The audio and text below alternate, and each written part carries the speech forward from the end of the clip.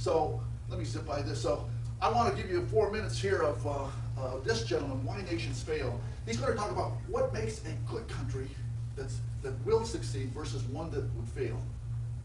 It's about 4 minutes.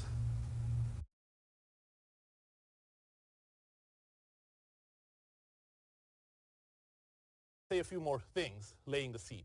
So our theory is actually quite simple. It's about incentives, economic incentives and political incentives, and those incentives are shaped by institutions, broadly the rules of the game in a society in the economic, social, and political sphere. In the economic sphere, we talk of inclusive economic institutions. Inclusive economic institutions are those that enforce property rights, that have judicial and contracting institutions that uphold contracts and enable individuals to enter into mutually beneficial agreements. And quite importantly, perhaps most importantly, they provide a level playing field, both in terms of regulations that don't prevent people from entering into businesses and occupations that are best for themselves, and providing the right sort of investments in public infrastructure and education and so on that make it possible for the population at large to participate in the economic game. And it's no surprise that I think inclusive economic institutions with these level playing field are really important, because if you look at sustained economic growth in the long run that lasts not for just a couple of years, not just for a decade, but for extended periods of time, it's based on technological change, it's based on innovation, it's based on creative destruction. So any society that only uses the energy and creativity of a small fraction of its population is not going to be significantly prosperous in the long run. But the catch is that most societies throughout history, or even today, aren't ruled by inclusive economic institutions. They're ruled by extractive economic institutions that do the opposite. They don't create secure property rights, at least not for the majority of the population. They don't create a legal environment that upholds contracts, or they create an environment that's very biased. And most of all, they create a very tilted playing field where the politically powerful are protected by entry barriers, and the politically powerful have all the resources and get all the education, get all the rights to enter into the lucrative occupations and businesses.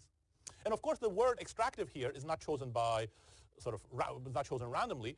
The idea that we want to communicate is that these institutions aren't there by mistake. They have been designed for a purpose, precisely to reallocate resources, redistribute resources from the majority of the population for the benefit of the politically few, whom we sometimes refer, or often refer to in the book, as the elite. And the reason why these extractive economic institutions don't support economic growth, sustained economic growth, is that because they don't generate the sort of innovation, they block technological change, and they don't create a secure property rights and the contracting environment for the majority of the population to take advantage of their talents and skills. In fact, quite the opposite throughout history. They create such a tilted playing field that much of the population is actually coerced for the benefit of the minority. And these extractive economic institutions don't exist in a vacuum. They are supported by a specific set of political institutions, which, to emphasize the sort of the symbiotic relationship between the two, we call extractive political institutions. Extractive political institutions are those that concentrate political power in the hands of a narrow elite and don't create political equality.